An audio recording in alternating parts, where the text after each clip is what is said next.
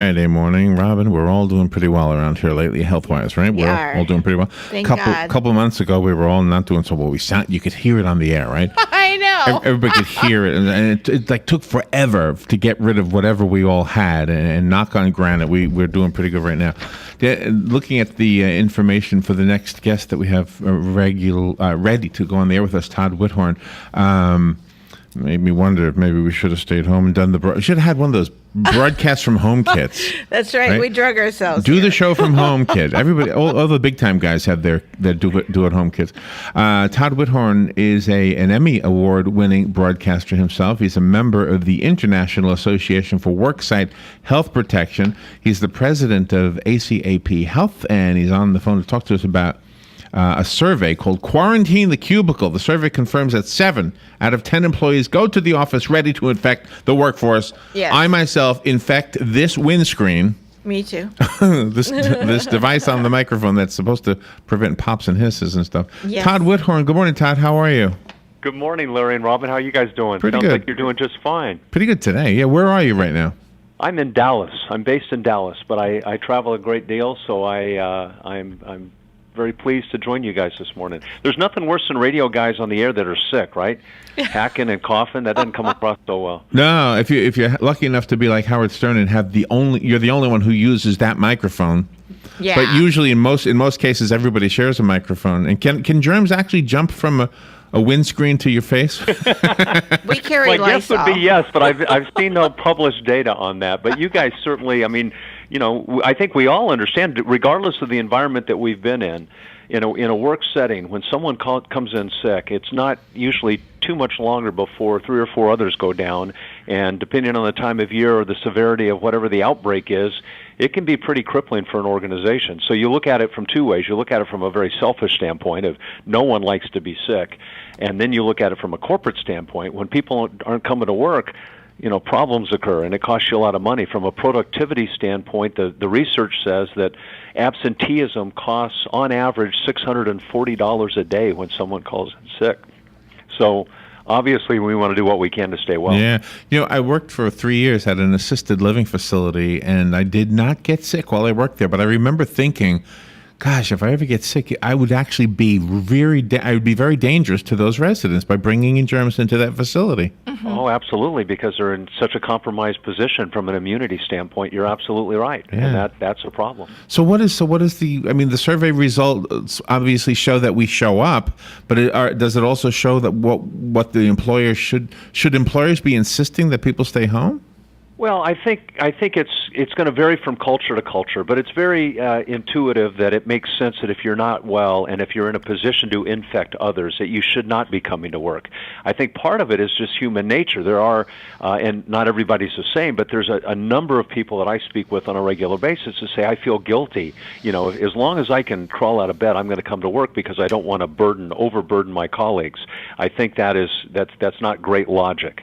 So one of the things is, from a leadership standpoint, the manager, the owner, the boss, whoever that happens to be, can create an environment that says, hey, it's okay if you're sick. In fact, I encourage you to stay home if you're ill. There's other things from a very individual standpoint that we can all do that obviously will improve our immunity. And from a kind of a selfish standpoint of what about me, I don't like being sick. So I know if you just look at the research, there are things that everybody's aware of, like we need to wash our hands with hot water and do that consistently. We need to avoid things like keyboards or microphones or typewriters. Any typewriter. What an old term that is. That tells you how old I am. What's a typewriter? There's people listening right now going, what is a typewriter? Do we but still anyway, have one, Robin? The reality is God, those things no. we know. Get enough sleep, people that are fit, their immunity. But there's one area that we have found, in my company, which is based here in Dallas, we work with organizations all across the country to measurably improve the health of employees. That's our goal, is to make sure that we can measurably improve people's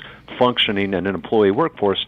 And one of those areas that is unbelievable in terms of the research that stands behind it, believe it or not, is vitamin D, which is not even a vitamin. It's a steroid hormone. Vitamin D was mislabeled or misidentified when it was first, quote-unquote, discovered about 100 years ago. Oh, really?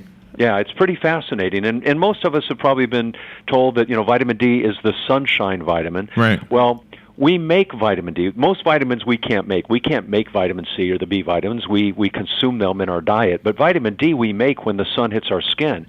But and we learned about vitamin D with the relationship that it had with rickets, which was a vitamin deficiency disease that impacted a ton of kids many, many years ago. Not so much anymore. But as it turns out, vitamin D has receptor sites all across the body. 10% of the human genome is regulated by vitamin D, and if your D bucket is low or empty, your immunity is dramatically impacted. In fact, those with the lowest levels of vitamin D are 36% more likely to suffer from colds and flu and upper respiratory tract infections. And even though you live in Florida, and even though there's a lot of sun, the studies are very clear that most everyone, even people that live in like Florida or Texas or California, have low levels of D, primarily for two reasons. Because we work inside and we live inside, and when we do go outside, we slather on sunscreen. And an SPF of 15 or greater blocks 99% of the manufacture or the synthesis of vitamin D. Oh, my goodness. Okay, so about 80% of us are low in D. My and that's goodness. just one easy, super affordable. I mean, vitamin D is cheap. If you go outside, it's free. If you go to the grocery store or the pharmacy, you can get vitamin D for, all vitamin D is basically created equal. Don't worry about the brand. Just make sure that you're getting enough. But one of the great takeaways that I can encourage your listeners to do is to get it measured. Okay. And believe it or not, 80% of Americans are low. And if you're dark complected, if you're Hispanic or African American, it's 90% and above are low. Oh, really? Because the darker your skin, the longer it takes you to make vitamin D. Not that you don't make it; it just takes you longer, and that's the way we're designed, right? Because dark skin protects us from the sun. Tomorrow, there's a nudist camp not too far from here, There you go. and their advertisement is, this is absolutely true, that get your dose of vitamin D. We have an open house this weekend.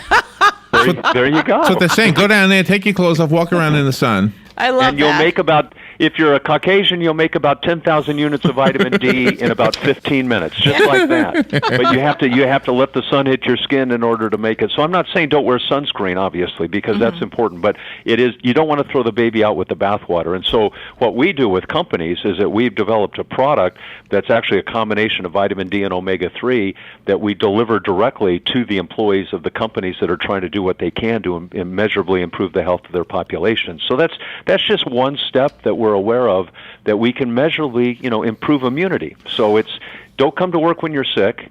Don't, try to avoid sick people and the common areas where sick people are hanging out.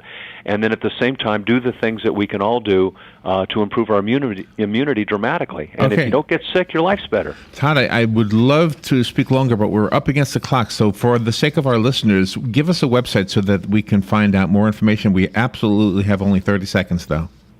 www.3-D-daily.com. So it's 3-D-daily.com. There's videos, there's articles, all sorts of information. Anybody wants to read up on that, that would be a great location for you. All right.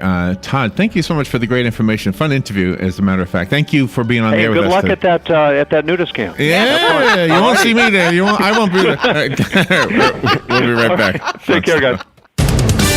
Fox News Radio, I'm Lillian Wu. Homeland Security Secretary Jay Johnson getting a first-hand look at the problem of illegal immigrants during a trip today. Secretary Johnson's trip to the border comes a day after he talked to lawmakers about the Obama administration's request for nearly $4 billion to help deal with the immigration crisis. Fox Radio's Rachel Sutherland. Republicans want a large chunk of that money spent on securing the border, but Johnson said that's not the answer. This population